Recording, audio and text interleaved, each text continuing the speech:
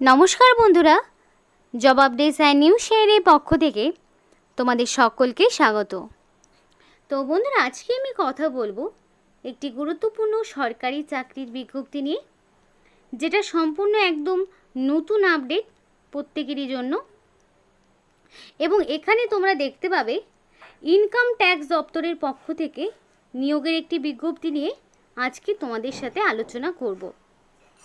এবং এখানে নিযুক্ত হতে গেলে তোমাদের মিনিমাম শিক্ষাগত যোগ্যতা যদি থাকে মাধ্যমিক পাস, এবং সেটা যে কোনো রেকগনাইজ বোর্ডের আন্ডারে মিনিমাম যদি তোমার মাধ্যমিক পাস থেকে থাকে, আর সাথে যদি তোমার বয়সটা 18 বছর হয়ে গিয়ে থাকে, তাহলে তুমি অবশ্যই তোমরা ছেলে মেয়ে যেই হও না কেন প্রত্যেকেই তোমরা আবেদন করতে পারবে।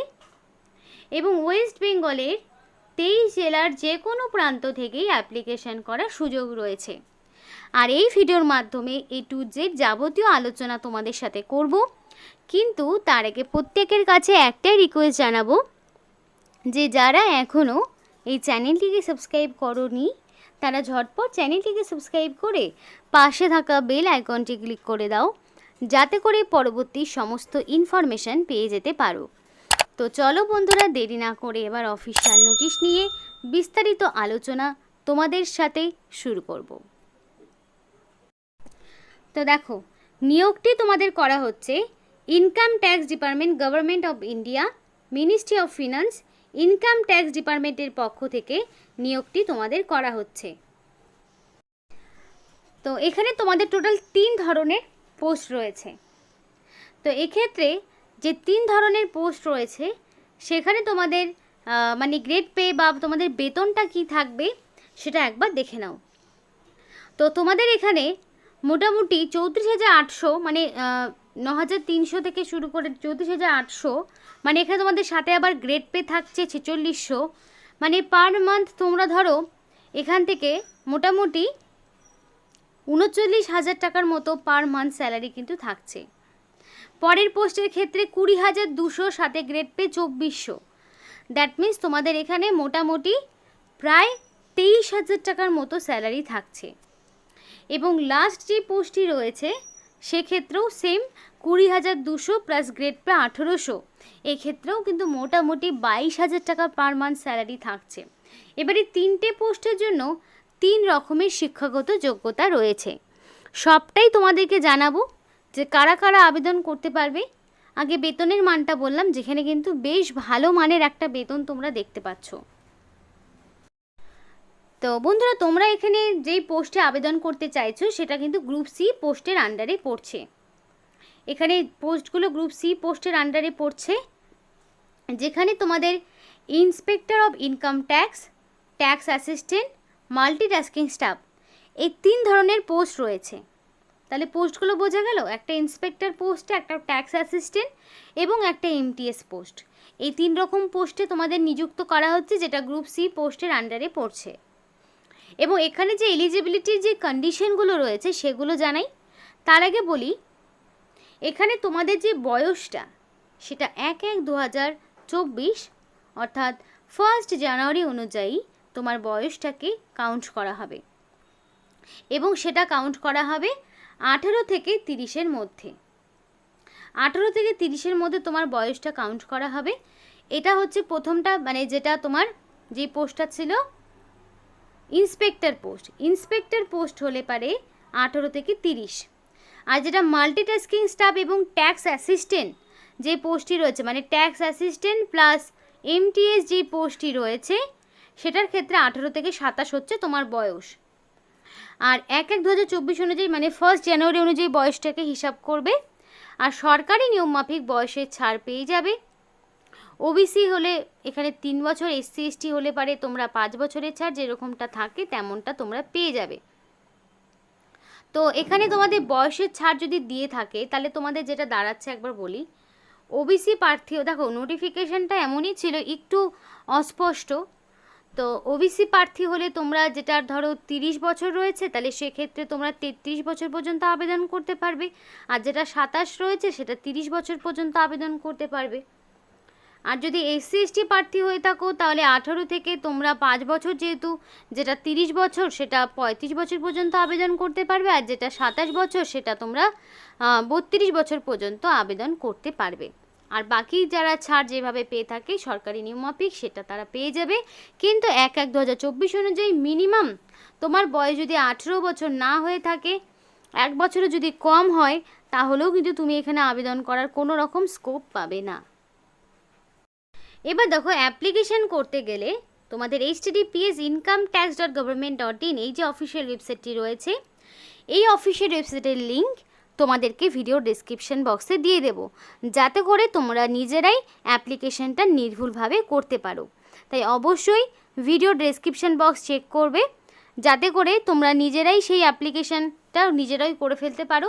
এবং এবার দেখে নেব যে অ্যাপ্লিকেশন করার ক্ষেত্রে কি কি করতে পারবে, কি কি ডকুমেন্টস দিতে হবে।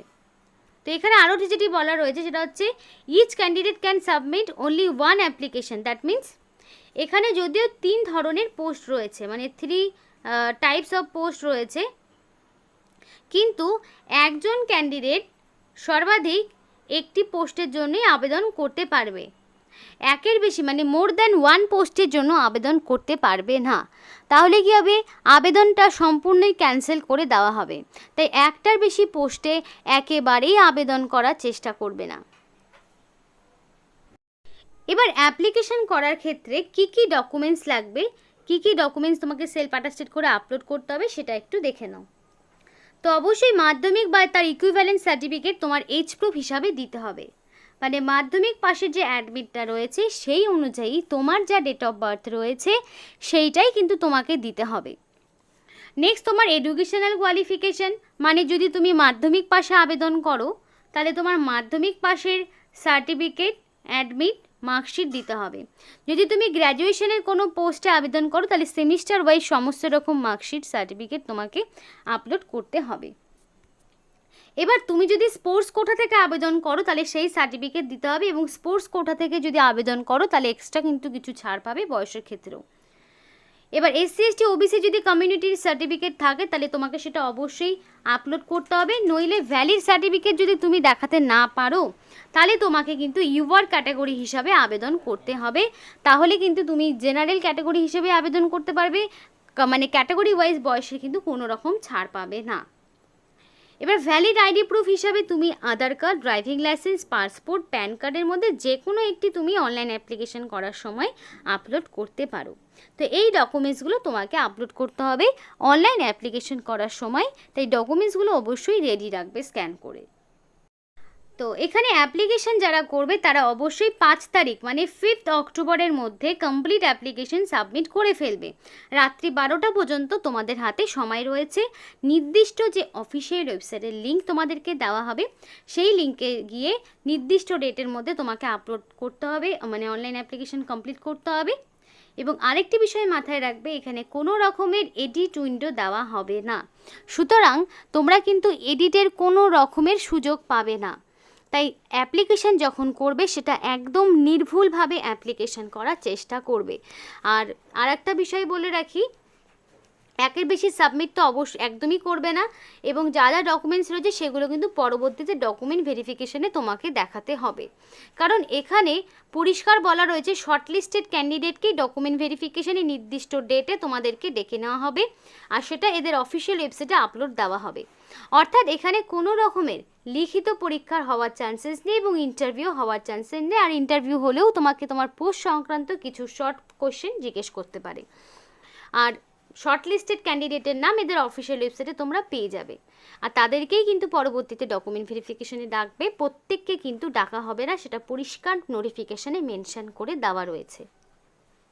তো এখানে তোমাদের যে 3 ধরনের পোস্টে নিয়োগ করা হচ্ছে সেখানকার একটু দেখে নাও এডুকেশনাল কোয়ালিফিকেশনগুলো কি রয়েছে।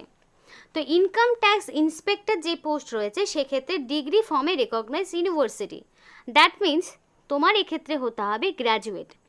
তুমি যে কোনো শাখা থেকে যে কোনো সাবজেক্ট নিয়ে, সেটা সায়েন্স হোক, কমার্স হোক, আর্টস হোক, যে কোনো ব্যাকগ্রাউন্ড থেকে মিনিমাম যদি গ্র্যাজুয়েশন করে থাকো তাহলেই হবে।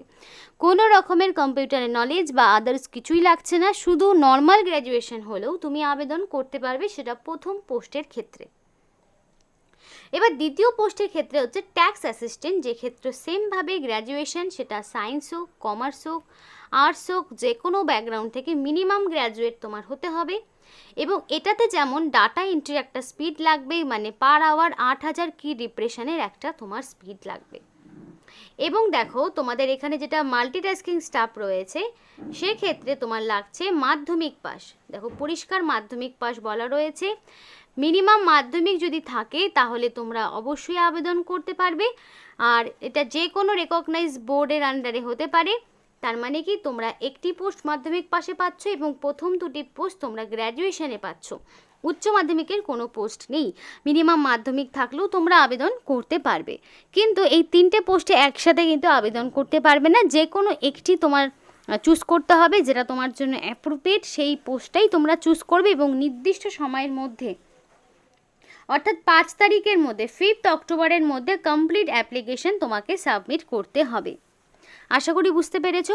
ইনকাম ট্যাক্স মানে ডিপার্টমেন্টের পক্ষ থেকে এই নতুন যেই বিজ্ঞপ্তি নিয়ে আলোচনা করলাম, যদি তোমাদের মধ্যে কেউ এখানে অ্যাপ্লিকেশন করতে চাও অবশ্যই কমেন্ট বক্সে কমেন্ট করো যে দিদি অ্যাপ্লিকেশন প্রসেসের ভিডিও লাগবে নাকি, তাহলে অবশ্যই জানিও, তাহলে আলাদা করে অন্য আরেকটি ভিডিওতে তোমাদেরকে অ্যাপ্লিকেশন প্রসেসটি দেখিয়ে দেবো। তো আজকের মতো ভিডিওটি এই পর্যন্তই। সকলে সুস্থ থেকো, ভালো থেকো, আর আমাদের চ্যানেলটিকে সাবস্ক্রাইব করে আমাদেরকে এইভাবেই সাপোর্ট করো, কারণ তোমাদের সাপোর্ট এই জন্যই কিন্তু আজকে এই জব আপডেটস অ্যান্ড নিউজ চ্যানেলটি কিন্তু এই জায়গায় এসে দাঁড়িয়েছে। সেটা তোমাদের সাপোর্ট ছাড়া কিন্তু কখনোই সম্ভব হতো না। তোমাদের ভালোবাসাতেই আজকে এইখানে দাঁড়িয়ে রয়েছে। তাই এইভাবেই ভালোবাসা দিয়ে যেও, সাথে থেকো, পাশে থেকো। আর যারা ভিডিওটি সম্পূর্ণ দেখলে এবং প্রত্যেককেই অসংখ্য ধন্যবাদ।